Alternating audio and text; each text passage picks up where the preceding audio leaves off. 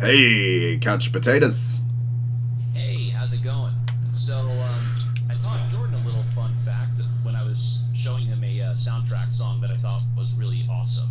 So, as you all likely know, Near Replicant, the new Near, I guess, remake, has been making the rounds recently, and it's been doing pretty well from what I've seen.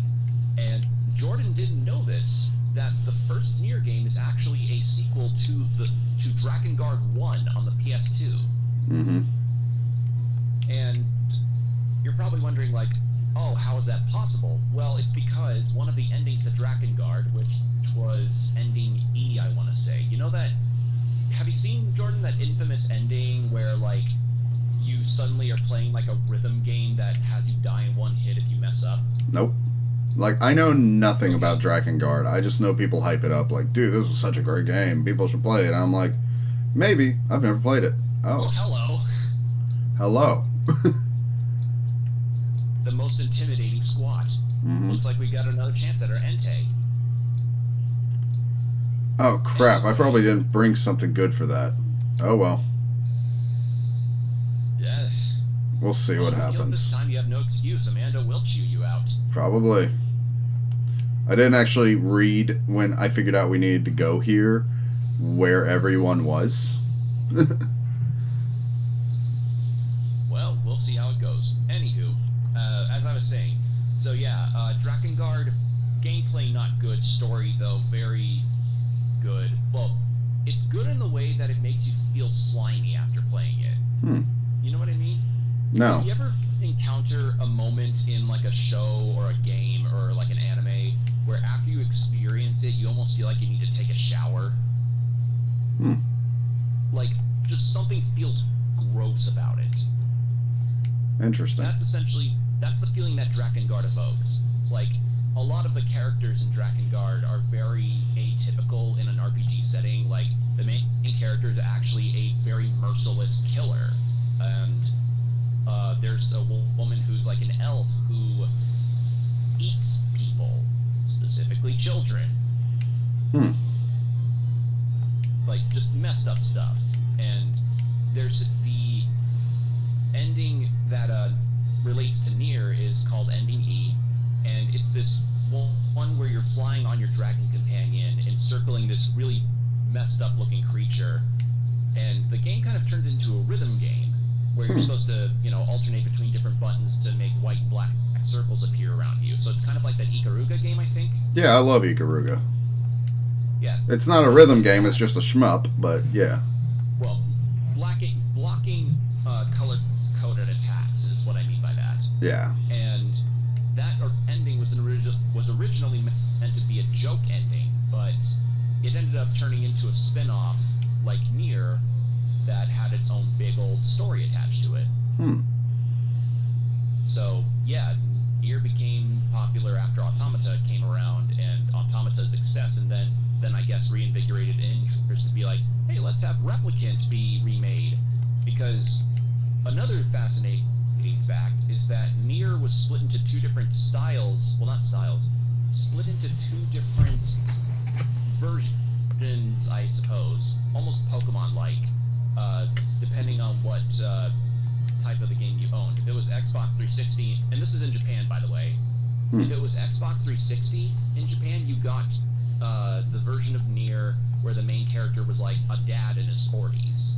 Whereas if you got the PS3 version, you played as the very typical, like, pretty boy shonen man.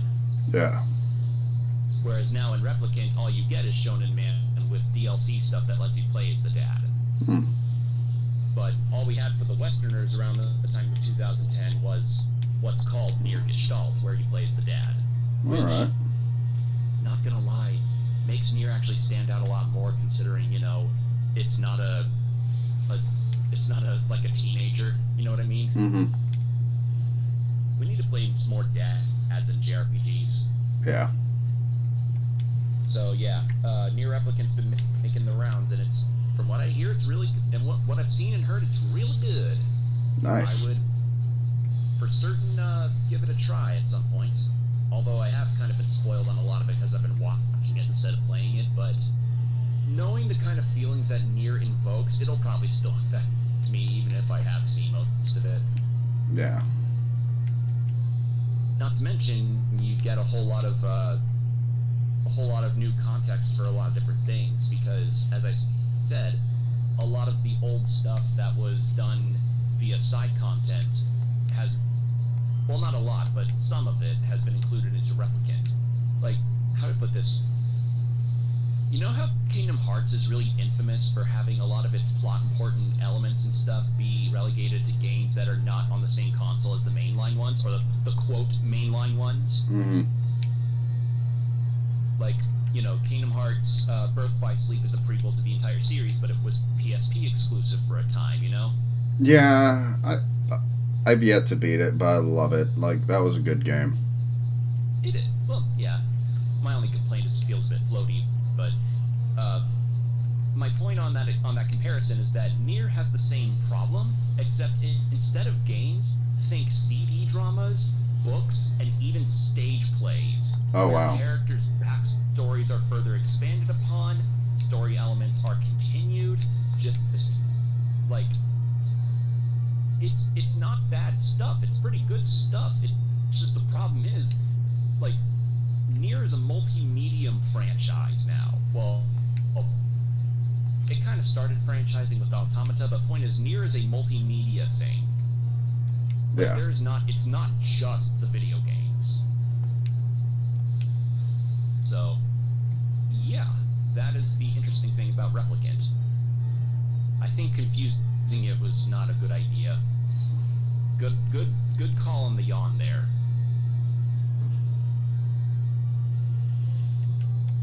Hopefully it doesn't hit itself before it hits itself with confusion. Yeah, that's my goal. Hopefully it falls asleep. And then I'm just going to buy myself some time using Confuse Ray. Alright, here we go. Alright, let's see. Does it work? Probably not. I'm so stressed. I want him. No. Please don't hurt yourself before going to sleep. Oh, thank God. Good. Well, good relative, but good. I mean, I'm level 59. He's 40. I'll just start. Yeah, I'll just start tanking. Tank. Start throwing your snag balls. Just start rubbing your balls on Entei. That's the plan, man. Let's see. But yeah, Replicant sounds really good. The only thing is that I remember the trailer that was shown at the Game Awards, where it was being shown another trailer. The lady that was doing the announcements was like, "Thanks for having me read out this version's full title instead of just Nier Replicant." Mm-hmm. Instead, it's Nier Replicant version 1.224487139. Oh, damn. Did you get it? Yeah, I got him. That's awesome. Congrats. Yeah, I got all the dogs. Now you have all the dogs. I got all the puppies. So yeah, that's its full name, and I guess that makes sense why they wouldn't call it like Nier Remaster or Nier Replicant Remake, because it's the same game. It just has some extra stuff added to it to make it a bit more digestible in terms of a full-ass story. So yeah, point is, Nier Replicant looks good, and I'd recommend it. Now the best thing that would be awesome would be a Drakengard remake in the same style. Yeah. So that way people could get a fuller context. Probably not Drakengard 2 though. That game, from what I've seen and heard from Mr. Clump's videos, is utter ass. Well, there's a good chance to make it better. Actually, some would probably prefer Drakengard 3. Because that game was like bad out the gate. Like, how do I put this? Drakengard, from what I've seen and heard, isn't awful. It's just really undercooked in the gameplay department. Like, the gameplay is better when you're on top of your dragon companion and flying around and blowing shit up. But the on-foot gameplay is very very much an add-on, and the reason why it was an add-on is because at the time, not Dragon Quest, Dynasty Warriors was really popular in Japan, so they were like, hey, we gotta include some on-ground gameplay where you kill droves of enemies easily. Like, this has to be done because it's what's popular right now. Which is always a horrible thing to do in general. Yeah, gotta love whenever you put like a imitator that's not even like a kiddie pool. It's just like a 2-inch layer of water on the inflatable. That's okay. This is where we should have fought him the whole time. God, he just looks at home here. I'm horrifically disappointed that we are not hearing his theme here. Yeah, that does suck. Like that's just a missed opportunity. Missed opportunity. My disappointment is immeasurable, and my day is ruined. Yeah, I'll bite the I want to say melon. that electric moves will be neutral against Ludicolo because It's ground grass and is, no, it's Ludicolo's grass water. well, If it was groundwater, it would have been it would not have worked because ground is immune to electricity. well, it still hurts. Yeah, it just means that because electricity is not very effective against grass, and it's super effective against water. So obviously that's where that comes through. So neutral. Mm-hmm. Well, the gold duck's gonna take it. Yeah, Gold Duck will take it. Yeah, gold duck's gonna take it. Oh shit! It gets to move first. Okay, didn't do much. It's nice. Just hope it doesn't freeze him. Nah, freeze is like low chance. Like it never happens. Yeah. Yeah, as soon as I saw this guy, I was like, wait, he's got water. Have you seen gameplay of the new Pokemon Snap game? Very little. I'm mostly seen screenshots, but it looks really good. Like, I kind of want to get it. I have been watching some streams of it, and it looks like a fun deal, and the kind of spin-off that people have been needing out of Pokemon for a while, because I've heard some describe saying, like, Sword and Shield killed my interest in the franchise damn near, but Snap has damn near revitalized it. Well, that's good. The kind of interactions and pictures you can take of the Pokemon there are very fun, and if you so desire, you could try to make a way for you to have your desktop background be a picture you took on your Switch. Oh, that's really neat. That's what I did with Fire Emblem. For 3 houses, during one of my playthroughs, I took a screenshot of one of the in-game month. Okay, so between each chapter, you get like this big illustration that's supposed to represent the, I guess, season of that month that the mission is taking place in.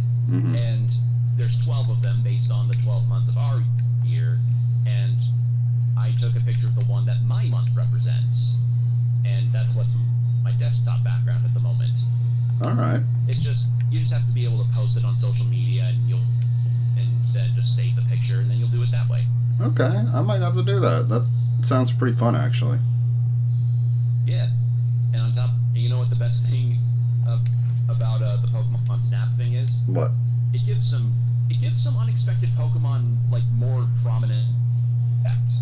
Like Meganium got more love in Pokemon Snap, like new Pokemon Snap, than it ever has. Yeah.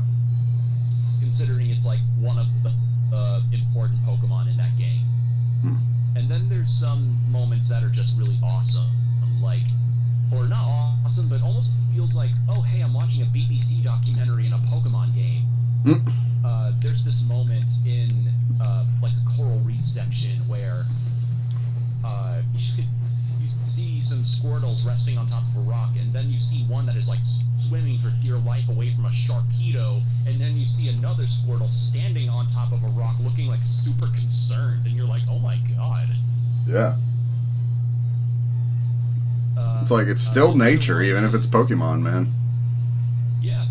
And here we see the adorable Squirtle being chased down by the rabidness of a wild Sharpedo, its razor jaws being able to chase down and crack open any deer shell.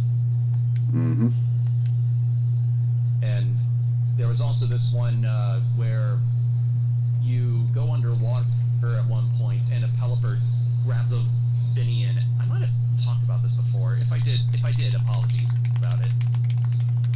Actually, we did talk about Snap in the last Pokemon episode. It's been a bit, people. Yeah, it really has. But all I can say is, yes, Snap looks good. I like it. Yeah, and Typhlosion's in it, which makes me happy. Because, you know, Mega Evolutions were given to the Gen 1 and 3 starters. Mm-hmm. I would love to see what Mega Meganium would look like. I would just name it Ganium and say double Omega. I'm just so miffed, man, about that and the fact that they just dropped Mega Evolutions after 2 games. Mm-hmm. And,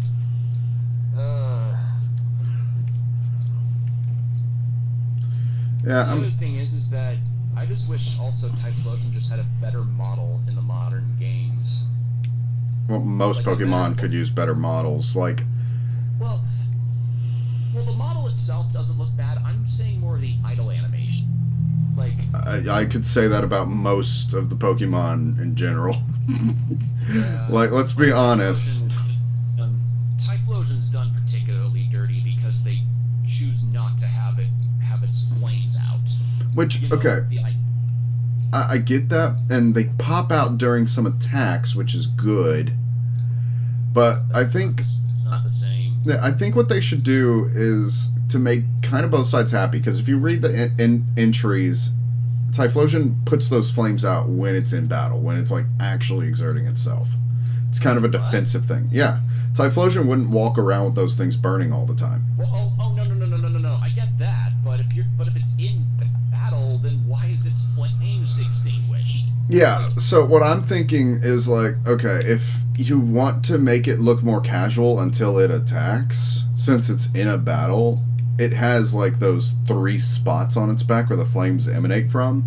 It'd be kind of cool to see if like they had a random animation where it was shooting like little flame bursts out of it until it attacks, and then all of them ignite at once. Kind of like whenever you're cooking something on a pan and you do like a little oil spittle and the flames just kind of shoot up briefly. Yeah, like it's just. Or no, like a gas stove, like a gas stove. Yeah, like he's got little itty bitty flames kind of starting there, and they burn at kind of a random pace.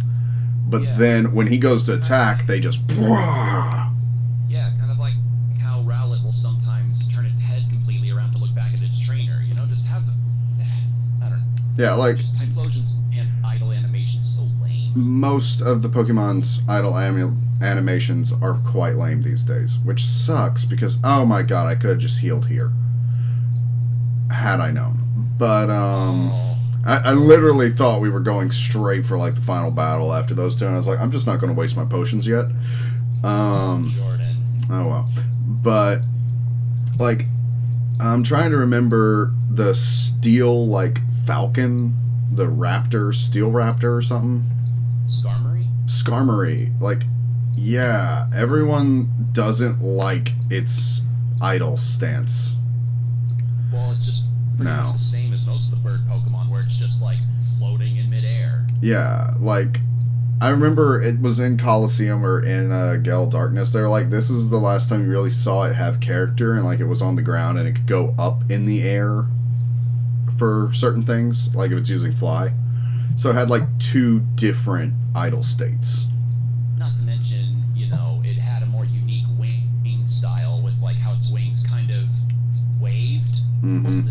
How do I put this? Like, Skarmory's wings were like several individual ones. They weren't all just like one big wing that had serrations on them. No, each of those little blade things that you saw on there were like individual wings that flapped. Yeah, that's what I'm saying. Like, that's what most people I hear talk about. You know, it's like, I think, hell, let me just talk to this old man real quick. But wait, where is he gonna? Oh, hello. Okay, so you could completely skip this. Yeah, it looks like.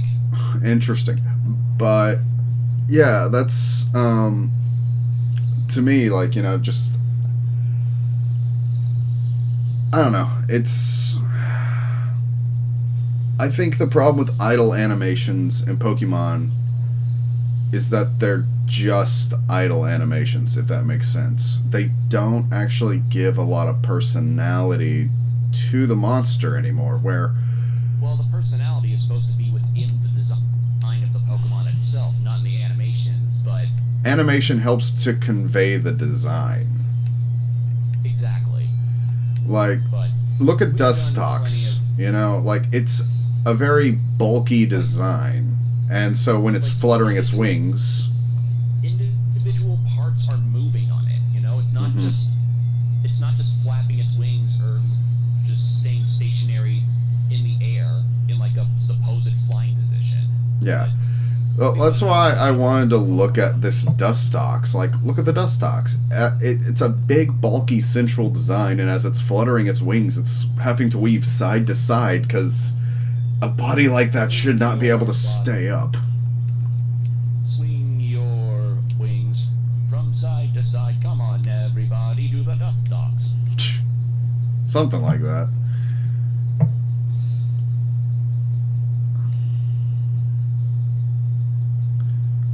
Also, yeah, I would love to see like an HD Seviper.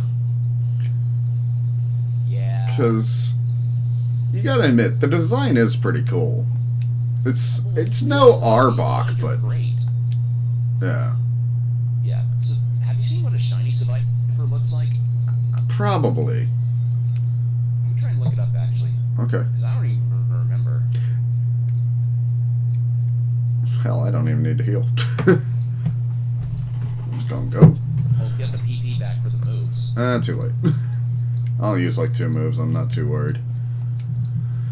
Okay, so shiny Seviper looks like Is it the pink? yellow parts of its body turn like the yellow parts of its body turn like a bright green, kind of limeish, and I want to say like some of the other markings on its body turn kind of a red color, and the sort of red like the red blade part of its tail, I have no other words for it except blade part, that turns blue.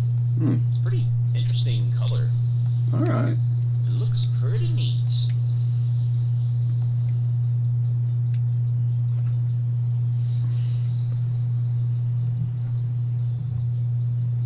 Are you gonna get the... Oh, you know what would be good for a name for that Shadow Delibird if you purify it? Santa's little helper? No, Krampus. Yeah. God, I just don't... Horror movies, man. Some are good, but I just don't watch them because a lot of them are just not very subtle. Yeah, but I enjoy them. Yeah, like I'm more on horror games and horror movies, so that's why I've been checking out Resident Evil a whole lot more, which, granted, has a lot of times where it's not very horror, but, I mean, I've seen a particular segment in Resident Evil Village, and if you've seen footage of that game or seen somebody play through it, you know exactly the segment that I'm talking about, people. Where Resident Evil stuck a middle finger up to Konami and said, you lost out on money, and we're going to show you that. Like, Jordan, have you seen footage of Resident Evil Village, or are you saving yourself for playing that yourself? Honestly, I want to play 7 in Village myself, because 7, I watched gameplay of it, and I was like, this looks really cool, and I never took the initiative, but now that I know it's a direct sequel, like, I don't want to ruin too much of it for me. Like, I'll admit, I didn't get into the Lady Dimitrescu, or whatever her name is, fandom. Yeah, it's apparently pronounced Dimitrescu. But, I just think that overall, it's a pretty cool looking game. I've seen many playthroughs of it and can tell you that it is a pretty cool game. And again, there was one specific segment, I think, Jordan, where you'll look at it, where you'll see this one particular segment in the game, and again, if you know what I mean, you know what I mean, where you're gonna feel a pit in your stomach. I don't know how scared you get from games or whatever, but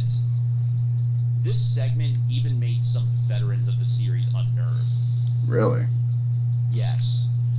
Like, legitimate Silent Hill vibes come out of Village. Well, I love Silent Hill. Like, I'm a huge Silent Hill fan, so I'm down.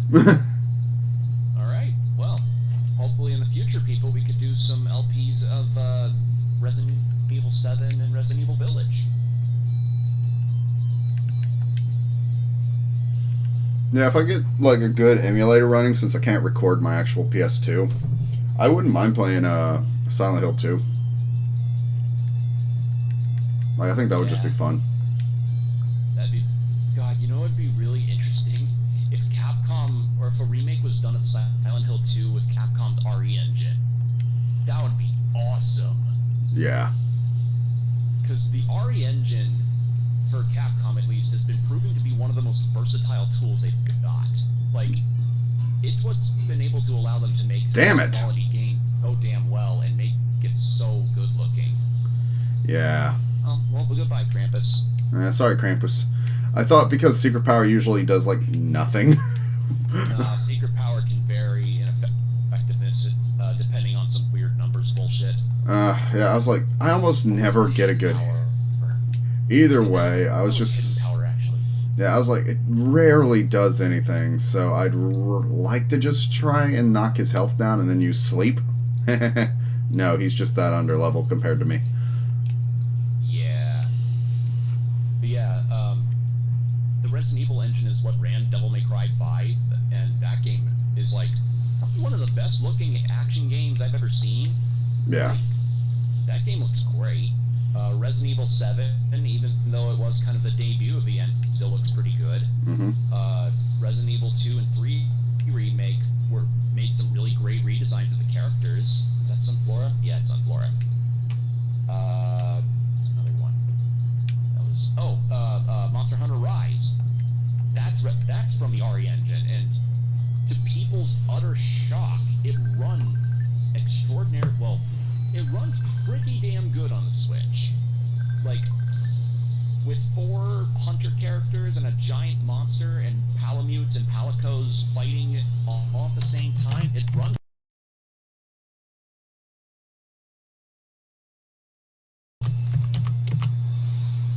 And then Resident Evil Village comes out. Like, yeah, this engine seems to be really good. Yep. Also, if there was a pause in gameplay for anyone, I am sorry about that. You probably heard the call going off. I had to respond to that. Okay. But yeah, game engines are a pretty interesting deal, since like making a new engine is really hard, but when you do it, you are able to have so much liberty with what you can do as a developer. But like, probably one of the biggest examples I can think of is CD Projekt Red, and I realize that saying that name out loud nowadays can sound a bit sketch, especially after Cyberpunk. I mean, that's really the only reason it sounds sketch, let's be honest. Right, but the sketch nonetheless is there. Yeah. You don't necessarily, like CD Projekt lost a lot of goodwill after Cyberpunk's release, and honestly, I can't blame people for being mad at them for it. Though, don't be mad at the people that worked on the game. Be mad at the corporates, or be mad at the suits that were like, "We need this out," and it's like, "No, this game's too complex to be out." Mm-hmm. But well, not only that, but the issue that really happened with Cyberpunk was it wasn't all done by one studio in-house. It was multiple teams working on separate aspects of the game and then kind of trying to patch it all together. So, like, that was going to make it hard no matter what. Yeah, but this isn't going to be like a video of the deep dive on what went wrong with Cyberpunk. No, we're not. There are many others that have researched and essayed on it way better than we have. Mm-hmm. You know, people are now not warm, but Cyberpunk's getting fixed. Bit by bit. Slowly. Yeah. Bit by bit. But as I was saying, well, like Cyberpunk, or CD Projekt Red ended up making their own engine when The Witcher 2 was entering development. It's like, yeah, that's a hard ordeal, because the first game was made with the Aurora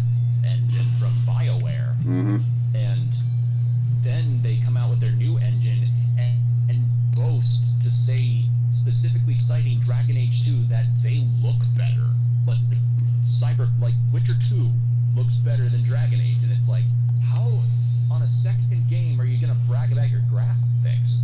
And who'd have thunk? Witcher 2 came out and it looked really good, and it still looks pretty good. Yeah, you've seen Witcher 1. I played it for you. It's rough. It's just a rough game in general. I watched a video essay on The Witcher 1, and yeah, those character models are interesting. The dwarves in particular make me laugh, especially the Scoia'tael dwarves. Because their helmet, because they just look like gnomes. Yep. Like, they just look like gnomes with pointy hats. But I can say though, at least the environments and the atmosphere of the Witcher 1 is pretty damn good.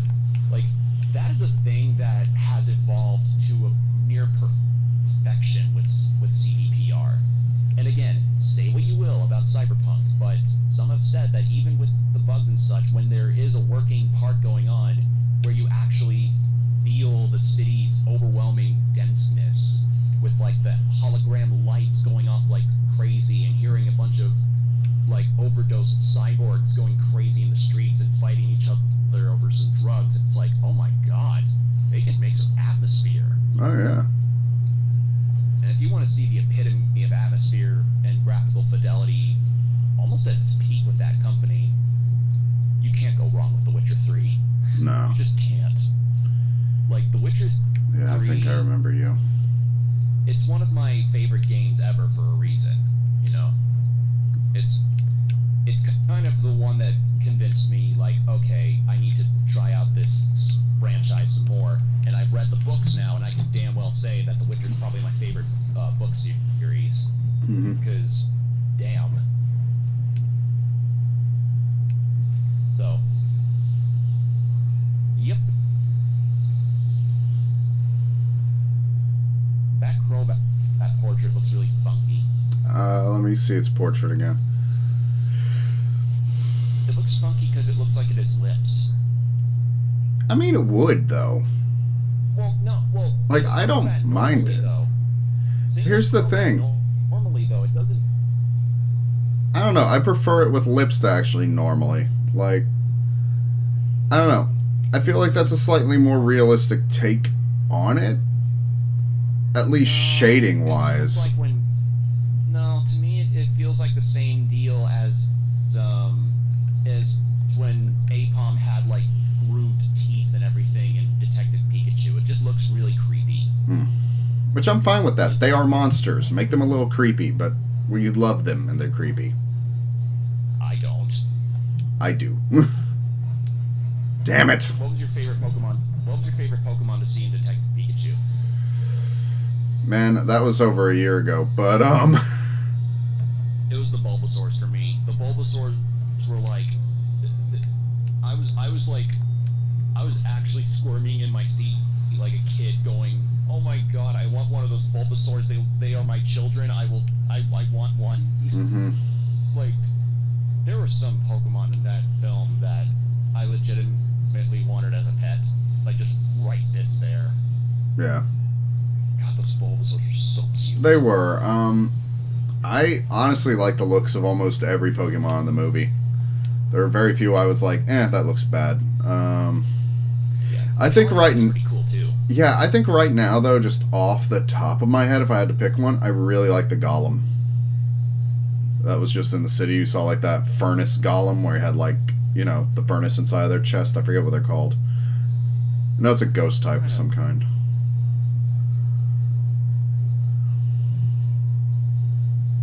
Because I can't remember what the Golem looked like.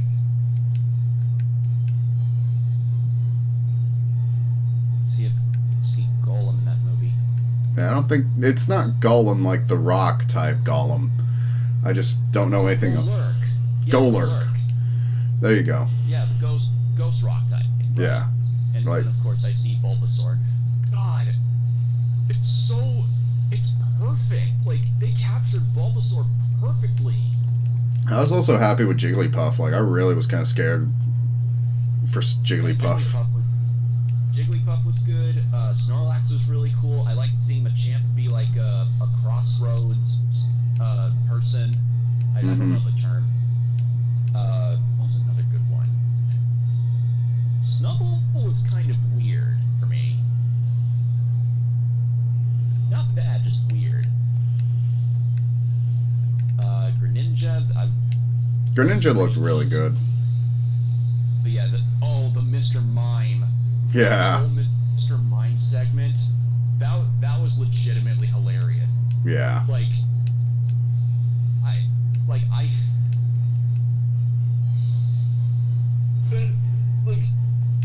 I never would have imagined that I could hear a Pokemon movie have the luck telling you to shove it, and having that be conveyed by a Mr. Mime. I'm just like, what? And then he's miming out that whole time where he's like trying to escape on a motorcycle and he crashes, and I'm just like, this is great. Yeah. This is great. I like Detective Pikachu. It was good. It was a legitimately fun movie. It really was. One of the few video game movies that don't suck. Yeah. Yeah. And thankfully it has been greenlit for a sequel, so I'm pretty happy to see that when it comes out. If it comes out, I don't know when it'll come out, but I hope Typhlosion could be in the sequel. You know, not saying. I'm just saying. You know, I'm just really desperate. I really need Typhlosion love in our entire whole deal. You know, Pokemon's not really giving Typhlosion much love, especially considering that the modern games have barely even shown him being cool. Mm-hmm. Thank God he's getting rid of that Crobat. I just, for some reason, can't hit the Crobat. Yeah, that Crobat's pretty evasive. I remember in particular battling a particular person every lunch period in high school, and his Crobat just would not get hit. Like, I think I had to do chip damage with a weather effect of some kind in order to actually beat the damn thing. Mm. So yeah, Crobat's pretty annoying. And it also has a not very fun looking shiny. It's a pretty clashing shiny. Yeah. For anybody that wants to know shiny Crobat, imagine the body of it being pink and the inside of its wings being like a really, really bright green, like a neon green. It suffers from early shiny syndrome. Yeah. And the thing is like, we say early shiny syndrome, but there ain't early shinies that good. In fact, before alright, all of its evasion stuff should be gone by now, so you should be able to hit it with an electric move. Yeah. What was I saying?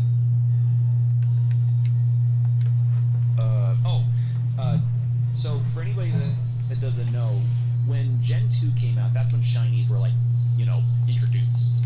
And some shinies had changed over the years as generation kept going on.